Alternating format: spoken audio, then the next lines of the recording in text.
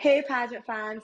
Welcome to T Stands on Pageantry, where we talk all things pageant related. I'm your host, Theresa K, and welcome back to another episode. And in this episode, we're going to be talking about the 72nd Miss Universe competition. Stick around because we'll get started right after this. Firstly, I want to apologize because this video is coming out a little later than I intended, but I was sick over the last few days. I lost my voice, then I had a cough, and now there's something going on with my eye. I'm just going through it, but I'm here and I am ready to get into this episode. So before we start talking about finals, I do want to spend just a little bit of time talking about prelims because I got to share my prelim favorites with you because I didn't get to do a video about that. So after watching prelims, here were some of my standouts. Angola, Australia, Chile, Colombia, Cameroon, Denmark, El Salvador, Guatemala, Honduras, India, Great Britain, Malta, Nicaragua, Pakistan, Puerto Rico, Philippines, Panama, Paraguay, South Africa, Thailand, USA, Venezuela, and Namibia. Then out of that list, I had like my ultra favorites, and here they are. Australia, Chile, Colombia, El Salvador, Guatemala, Philippines, Namibia, Nicaragua, Pakistan, Puerto Rico, South Africa, Thailand, USA, Venezuela. Now, after watching prelims, I gotta say, Miss Nicaragua was the clear front runner. I mean, I'm sure many people saw that as well. Like, she was just head and shoulders above the other contestants. It totally blew my mind how far away from the contestants she was. Like, she was just, wow, like way ahead of them. And I just knew that there was gonna take a lot for her to not win the Miss Universe title. Now, let's get into the finals, starting with the staging. Oh my goodness. Did El Salvador give us a stage or what, guys? The stage was incredible. I was just in awe of what a beautiful stage they put together. Like, they even did an interview with the designer of the stage, Julio, I forgot his last name, but he talked about how, El Salvador is known for volcanoes, and so that was sort of his inspiration for the staging, which I loved it. I also love the neon lights that they had on like the back walls of the stage. They were like pinks and purples and blues, and they all just really went well together and was just ultra stunning.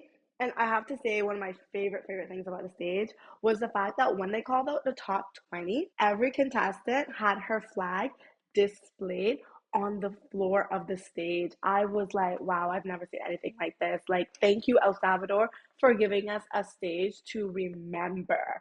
It was absolutely incredible. Now let's talk about the hosts. This year we had Olivia Culpo and Jeannie Mai back again. And then we had another person joining them.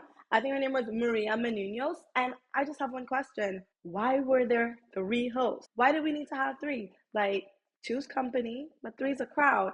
I mean, there's only so much you can say when you're on stage. And I just felt like we didn't need to have three people on stage. And at first, I actually thought that she might have been, the translator or something. But nope, she was there speaking English. And I was just like, why do we need three? This doesn't make any sense. And then I also didn't like that at the beginning of the show, Olivia and Jeannie seemed like they were kind of on the same page wardrobe wise, and then Maria was just out here in a crop top and a skirt, and I was just kind of like, she looks like a belly dancer. Like, one of these things does not belong, and it is her. I just didn't understand. And then towards the end of the show, I didn't really love Jeannie Mai's outfit. I mean, it was different and it was nice, but I just didn't feel like it went with the show. And then Olivia and Maria, they were kind of more similarly dressed, so I was just like, this is just really weird to me. I don't know.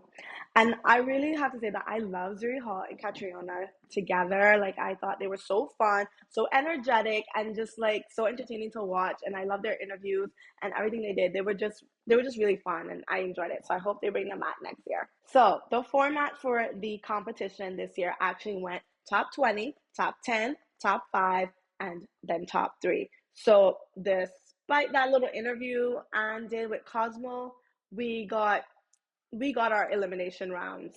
So yeah, I don't know what she thinks when she does these interviews.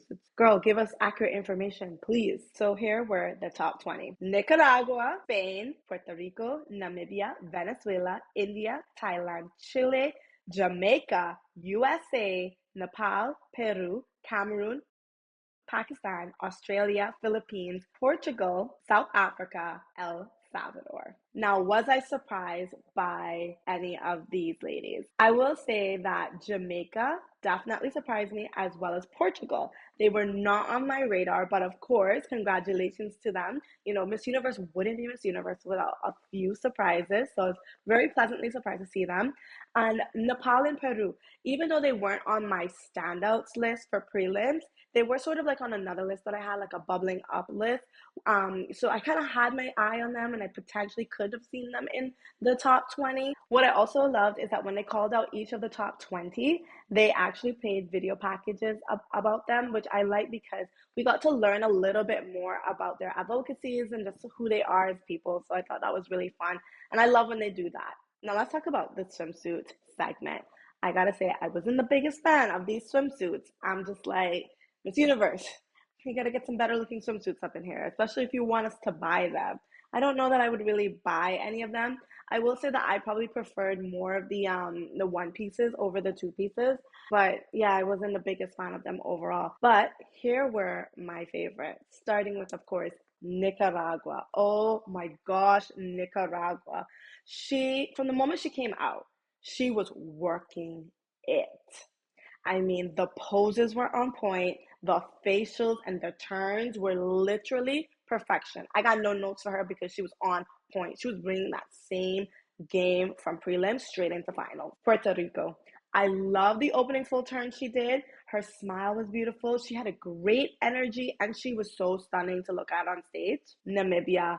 I love the attitude and I love the fierceness of her walk. I also love that she created wind in her hair. I just love when women walk with that kind of power on stage. Venezuela.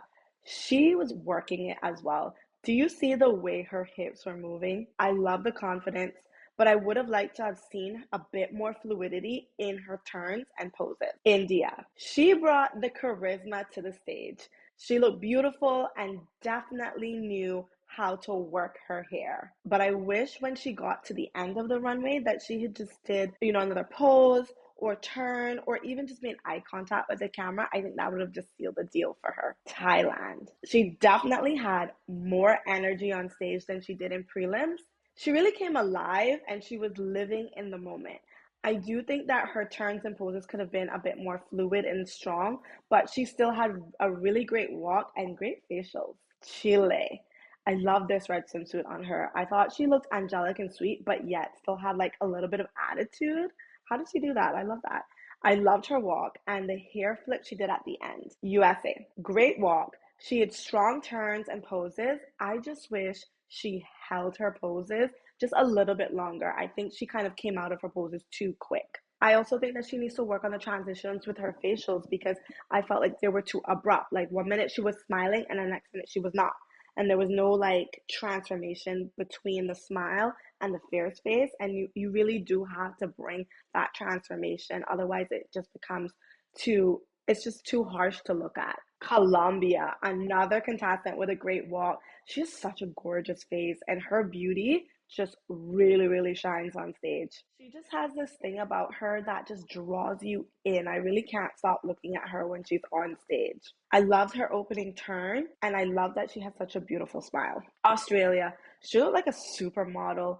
Her turns and poses were solid, and she walks with such grace. She just makes it look so easy and so effortless. Philippines. I loved her opening facial. It was so sultry. I love her first pose. I feel like the transition between her first pose and her second pose could have been a lot cleaner, but her walk was good. And she wore her hair wet like before.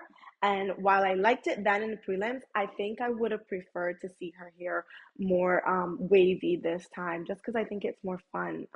But it still worked. South Africa. She looked really beautiful. Her face card is so strong. I loved the first turn she gave us. I do feel like her walk could have been stronger though, but I still loved her facials and she gave great eye contact with the camera. El Salvador.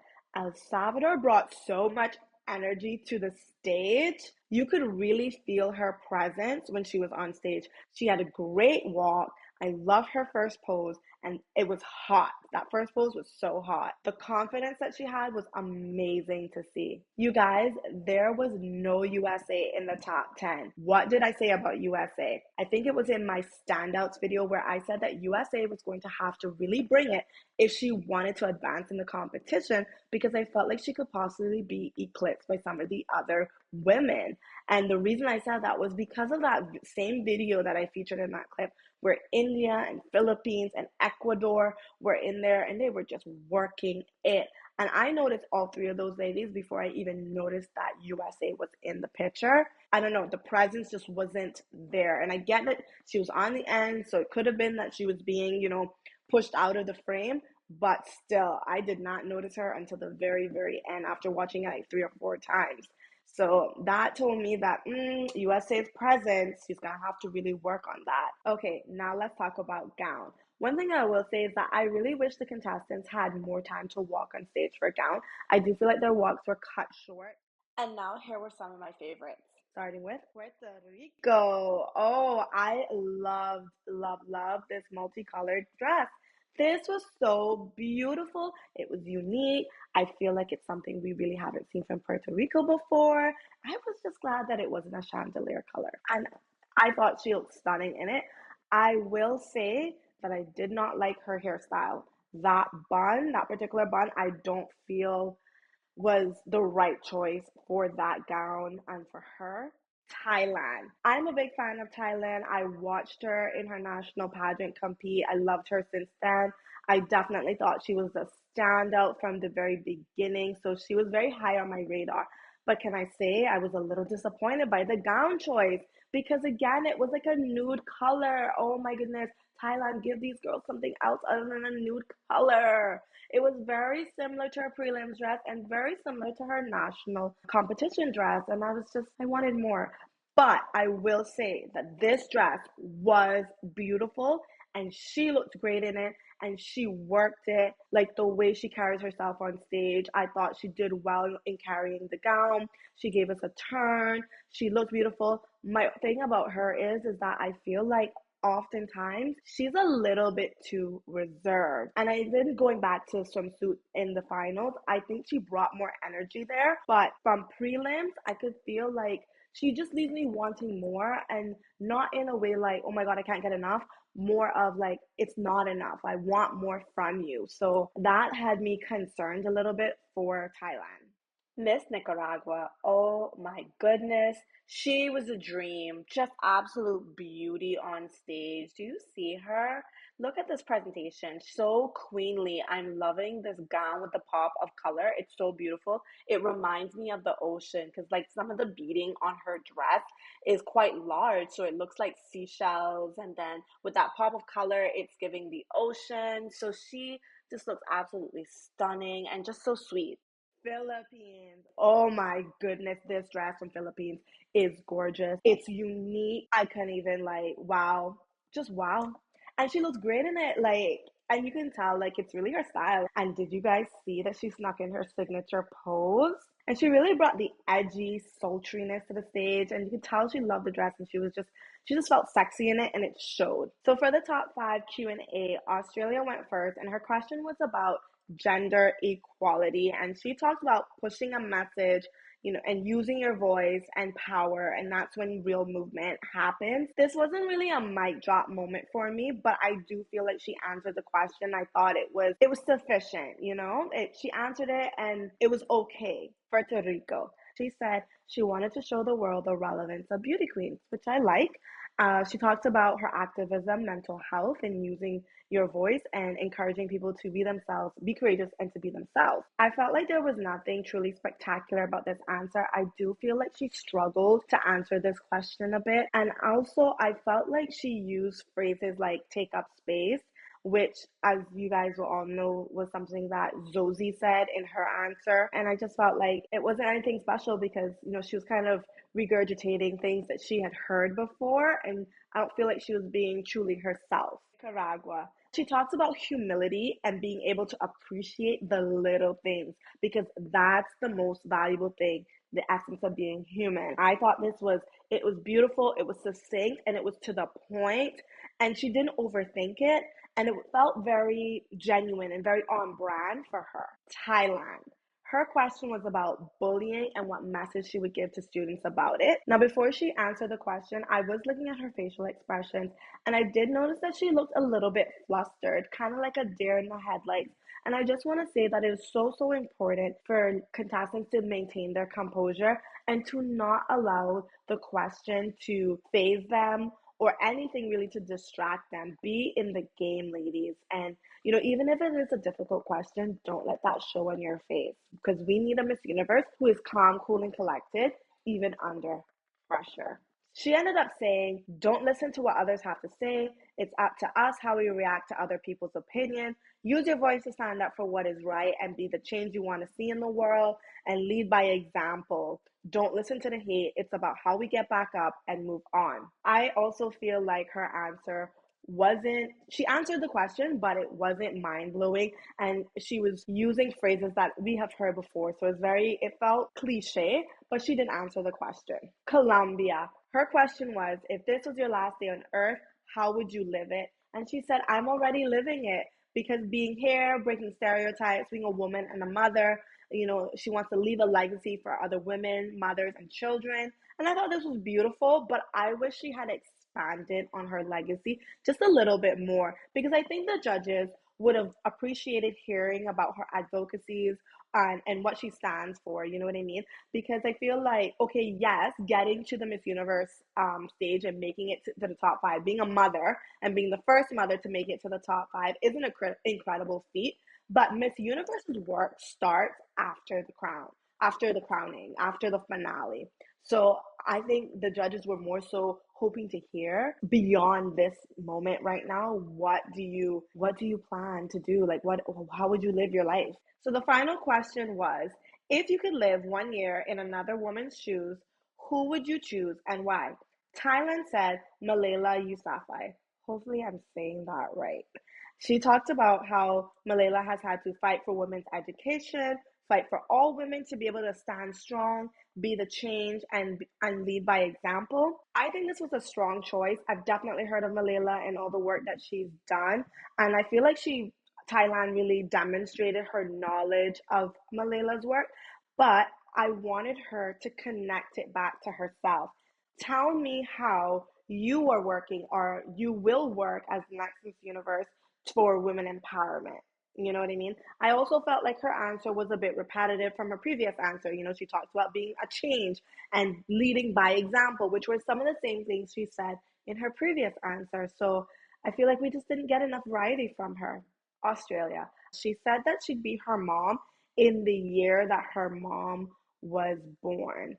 And while that's a very sweet answer, I was a little disappointed by it because it's such a cliche pageant answer. And I felt like she really didn't tell us anything that makes her mom sound truly unique and really accomplished. Like, yes, it's nice that you admire your mom and that you look up to her and you thank her for all the lessons that she's taught you. But what is it about your mom that makes her truly outstanding, an upstanding individual, not just to you, but that she could be a beacon of hope or inspiration to other women? That is kind of what I was hoping for if she were to say her mom, and we did not get that from her, unfortunately. And finally, we have Nicaragua. Now, I do want to note that it does seem like the translator had a little bit of an issue translating her words. So I am not entirely sure that this is an exact translation, but if you speak Spanish and you would like to translate for me, please do so in the comments down below. I'm just going to go off of what the translator actually said. Hopefully I captured it right. It was kind of confusing. She said she'd be Mary Wollstonecraft, and that because she gave women the opportunity, and I'm guessing she's saying like if she were this woman, she would want to open up the income gap so women could work in any industry that they choose to work in because there are no limitations for women. I love this answer. I thought it was beautiful. It was on brand for her. I think that she just delivered it well, and she just delivered it with a smile, and she was just so cool, calm, and collected. And honestly, when she finished, every time she stopped speaking and the translator went to translate, the crowd just erupted in applause because, they speak Spanish, so they understood exactly what she was saying, and they loved her answer. And I was just like, this girl, if she don't win this tonight, there's going to be something wrong. So second runner went to Australia, first runner up went to Thailand, and Miss Universe 2023 is none other than Miss Nicaragua. And now we have our newly crowned Miss Universe, Miss Nicaragua. I'm so excited that it's a country that hasn't won before. I think when a country that hasn't won before wins it, it gives such hope to other countries that haven't been placing or that have never won. So I think it's exciting, and I wish her all the best, and I can't wait to follow her reign. All right, thank you guys so much for tuning in. I hope you enjoyed this video. Please do comment your thoughts down below. I have so much more that I could say, but I'm going to leave it here for now. Thank you so much, and enjoy the rest of your week.